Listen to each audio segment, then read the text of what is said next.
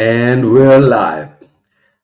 Guys, I wanted to talk about Halloween today, but it's gonna be like a mixed stream.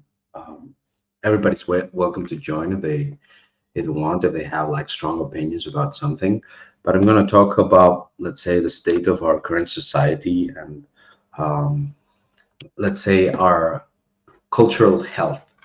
Uh, to put it this way, I'm gonna close the door. Give me a second. So basically,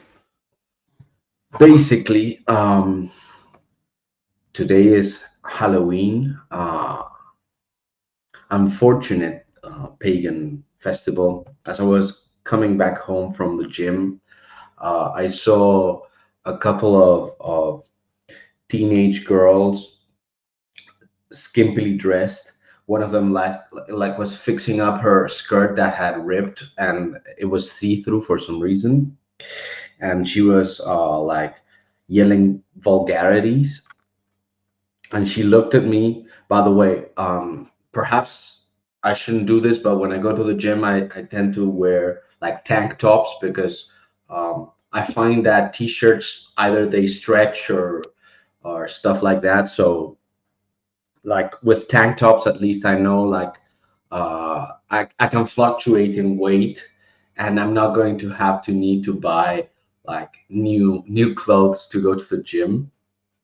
So basically, my thoughts of that situation, uh, because it didn't end there, was that I could have acted in a better way, because I gave them like a very scornful look, and I think the girl flipped her finger at me, and I saw through the shadow of the street light that she flicked the finger at me, and I turned around and I stared at him even harder, like, uh, and she got like super defensive and started yelling like uh, insults and such. And I said something about like, what a vulgar girl, something like that. And like I could tell that this girl hadn't been let's say disciplined in her life. Like, unfortunately, if I had disciplined her, I would have gone to jail. But what I see here is a lawlessness, an anarchy, a cultural malaise that is the product of fatherlessness. Also, as I went to the gym, so this is before, what I saw was like a lot of kids with, let's say, costumes, pretty poorly made costumes at that. And I saw that my neighbors, I live in an apartment, that my neighbors put up like Halloween decorations. Not very expensive, very like low key, but like, who's gonna come trick or treating in an apartment complex, right? And I thought to myself, they're spending more money on these like cheap decorations than they are, let's say, giving alms, probably. Um, that's the situation of our society. Have styles. Uh, so they take this opportunity of Halloween to celebrate like the little demons that they're raising, and because they are little demons, because when they grow up, they become these let's say vulgar skanks, uh, that are like that feel they can insult other people on the streets. Um, and this is not only an untenable situation because, first of all, I'm a civilized person, I'm an Orthodox Christian, but here in Madrid, like, there's a lot of let's say immigrants who are not, let's say, very respectful of the law, and who are even, let's say, shielded from the consequences of their actions. And this, to me, will create an untenable situation, in the sense that there will be growing violence, and the police will not intervene. um, because uh, even though if I did something, I would go to jail. If one of these immigrants, I don't know, say raped one of these skanks, if one of these immigrants brutalized someone, um, like there would be nothing done about it. And I think this is the ultimate consequence of liberalism.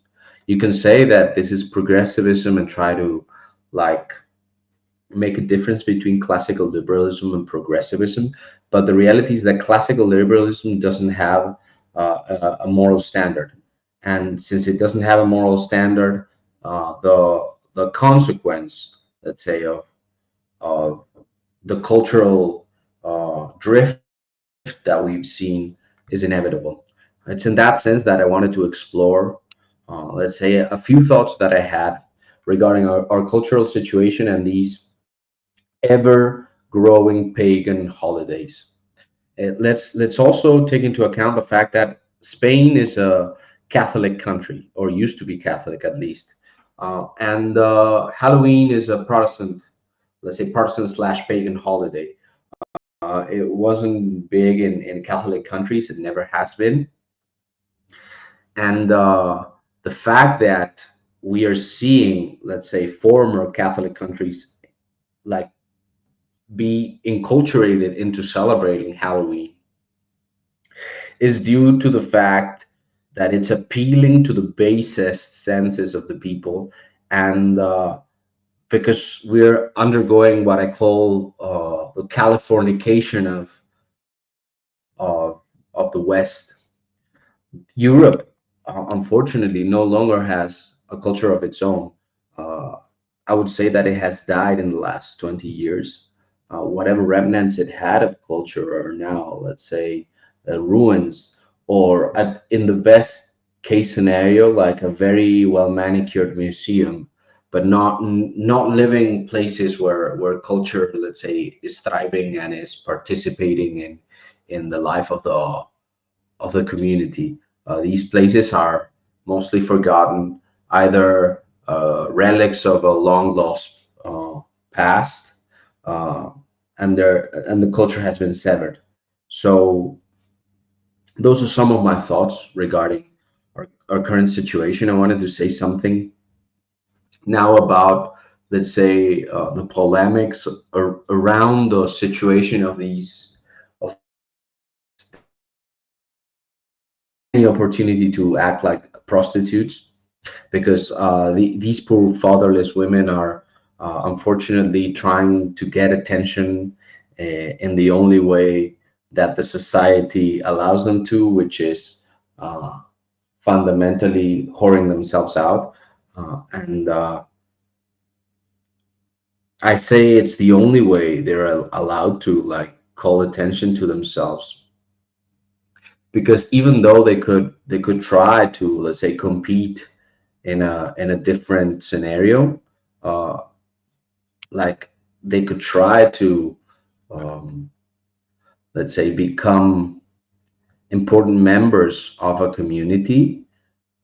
The reality is none of them want the responsibility. So whoring themselves out is the quickest, the easiest, and the, let's say, least demanding position they can aspire to. So we have mediocrity and ambition of let's say relevance. We have people like like the meme of the ancient writer saying everybody's writing a book and the children are lawless. Now everybody has a podcast and the children are lawless. And I don't think it's a perennial truth. I don't think it's an old curmudgeon take. I think we are undergoing a significant, let's say, degradation of our culture, and we are seeing, let's say, the last throes of the remnants of Western Christianity dying, uh, and that could be a good thing. To be honest, today I saw, ironically, like an exchange that a communist had with a Catholic, and the communist was defending Catholics. The communist was defending Catholicism. The communist was defending, let's say, morals. The communist was defending, let's say, decency. And the Catholic was saying, I'm a Catholic and I'm not against, and I'm against like saying what we unfortunately call catcalling, which is something different. Catcalling is like whistling, but they were not talking about catcalling. They were talking about like giving compliments. And the communist was saying, we are Catholic, we are a Catholic country, and like we sin, and we ask forgiveness afterwards. But you Protestants, you are puritanical, and like you think that it's unforgivable to make mistakes in the first place. So like for you, saying something out of turn, or like saying a risky comment is unforgivable. But like the reality is that flattery, we like flattery when we like the person. We like compliments when we like the person that's making them. So and the Catholic was railing against how misogynistic, like giving flattering comments is. And I thought to myself, what a weird time we're living in, when the communist is defending, let's say, Catholic values, and the Catholic is like fighting for progressive politics. Anyway, that's neither here nor there. But I wanted to comment on that, because it also shows how upside down the world is, and we are in an upside down time. And Halloween is an upside down moment within the year. Let's say it's a moment where people let their basest impulses free, and maybe we can do something that is a little bit different. But if anybody wants to jump on, like I'd be happy to let's say debate about the state of about the state of the world, about the state of Halloween, if we should as Orthodox Christians celebrate Halloween, if there are inherent problems with it, and what we should do about it, given that it's like a cultural norm that is already established. So we are the underdogs here. We don't get to say, oh, this is deviant behavior, because in terms of statistical abnormal ones here, even though our takes are, let's say, the most healthy ones out there. Now, I don't mean to be a prude, I don't mean to be puritanical, but Halloween does have a lot of ritualistic elements that are super, let's say, bad for you spiritually, and that create a culture that is inherently self-destructive.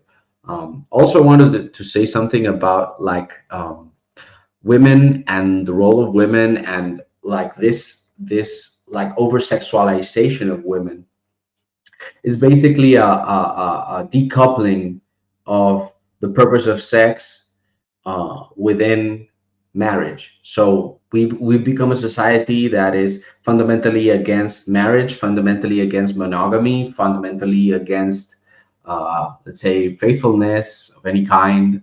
Our allegiances are liquid, and this is taking a toll on us. But we do not want to, let's say, acknowledge it, because we are selling constantly the myth of ever growing, let's say, prosperity, even as our prosperity is disappearing in front of our very eyes. So we are standing at the precipice, and some people are saying we have to keep going forward, because they feel like they're going to be the few lucky ones who, in their, let's say, prosperity gospel, will, let's say, by the glory and the grace of God, get ahead because they were optimistic. And there's a time where being optimistic is good, and there's a time where being optimistic is actually very, very bad. Now, going to the point that I was trying to address regarding women, I think that there's a dialectic that is inherently let's say, broken when the more conservative types say something along the lines of like women belong in the kitchen. Me personally, I do believe that women belong in the home, and I wouldn't mind saying women belong in the kitchen either. I think it's uh, not it's not theoretically wrong. I think that, but the spirit behind it is in the sense that women belong in the house to raise children. Uh, but if what we're saying is true, then we're not going to have to defend it. And what I mean by this is, if it is true that a society thrives when the family is strong, then what will eventually happen is that societies that thrive, societies that don't, will not. And this is why fundamentally atheism will die out, because it will self-destruct. And not only that, what I mean to say is, I understand the concern of people who say, well, but we have this society, I want my society to survive, and this and that. I'm sorry to tell you, man, it's not your society. And it's not me defending their right to form their own society. I'm telling you, if you're an Orthodox Christian, you are not part of their society.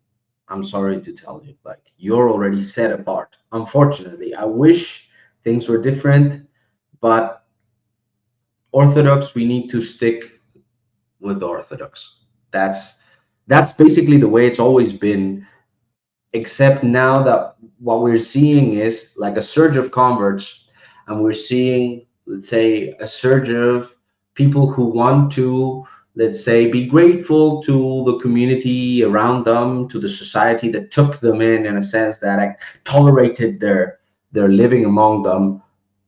But, and this is something that I would like to know, those who presume to belong to a, let's say, to a society um, that is fundamentally Christian in the West, where is that Christianity?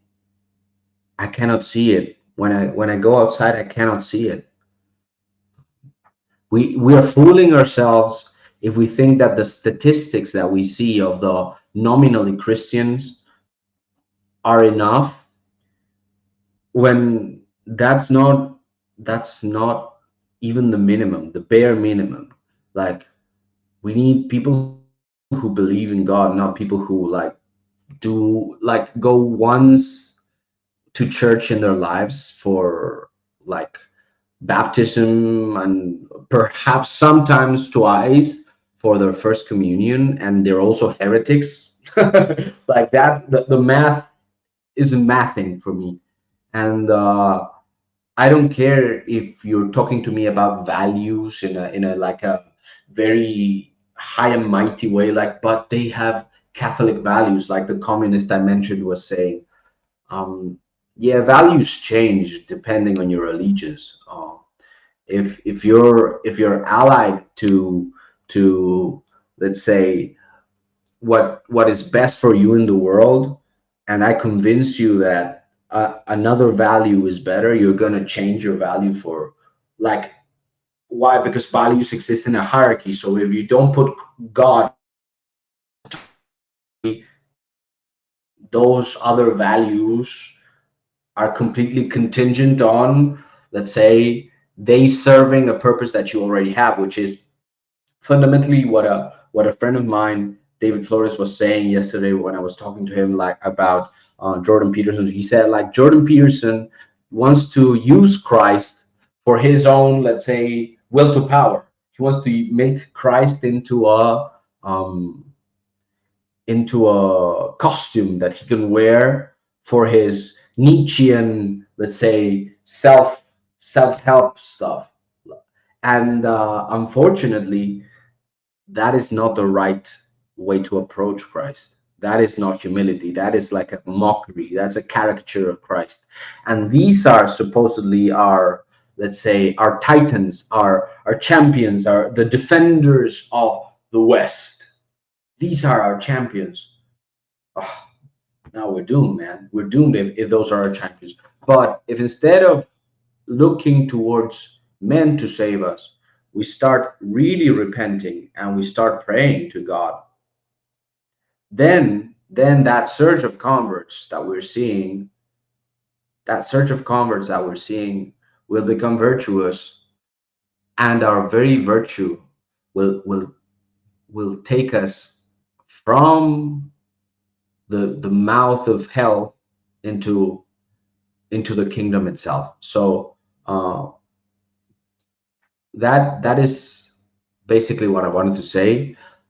So if we want to end Halloween, in a sense, we have to pray to God that He takes us out of Halloween. We have to pray to God that He, let's say, helps us deal with these little demons that are knocking at our doors, demanding tribute. We shouldn't give it to them. We should offer Christ. Yes, definitely. We should always offer Christ. Even though I wanted to beat the living crap out of this girl who was like shouting stuff and saying that I was like 80 years old. That made me laugh actually, but 80 years old. Like I'm always amazed when you can tell by the kind of insults that you receive sometimes, like um that people actually find you attractive, because like for example, um I remember one hater that Mr. Westford had, which like that hater left a comment saying, "Oh, you're not as smart and as pretty as you think," and like, or something like that.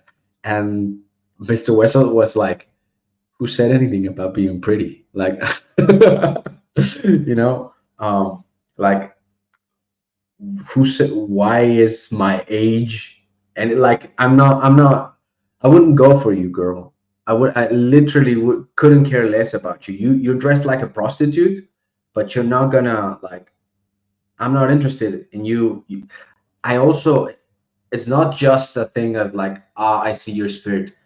You're ugly. To me, you're ugly. My ex-girlfriends they were all prettier than you, all of them. So just because you're dressed like a skank and you're looking at the world through the lens of like sex, it doesn't mean that I'm looking at you that way. Okay, I'm just looking at a little brat who unfortunately has no father, or if he has, your father to tell you. And I wish you had a better father. I really do. So we need to really pray for these people. We need to pray for ourselves, and we need to repent. Fundamentally, we ourselves, we need to repent. Not like the Pharisee who's like, oh, but the publican over there, he's so bad and I'm so good. No, no, no. I recognize in myself, I wanted to slap that girl. I really wanted to slap that girl. Ah, but God intervened, and he he prevented that from happening. So glory to God for all things, and thank you for watching. It's always a pleasure to stream for such a huge audience. See you guys.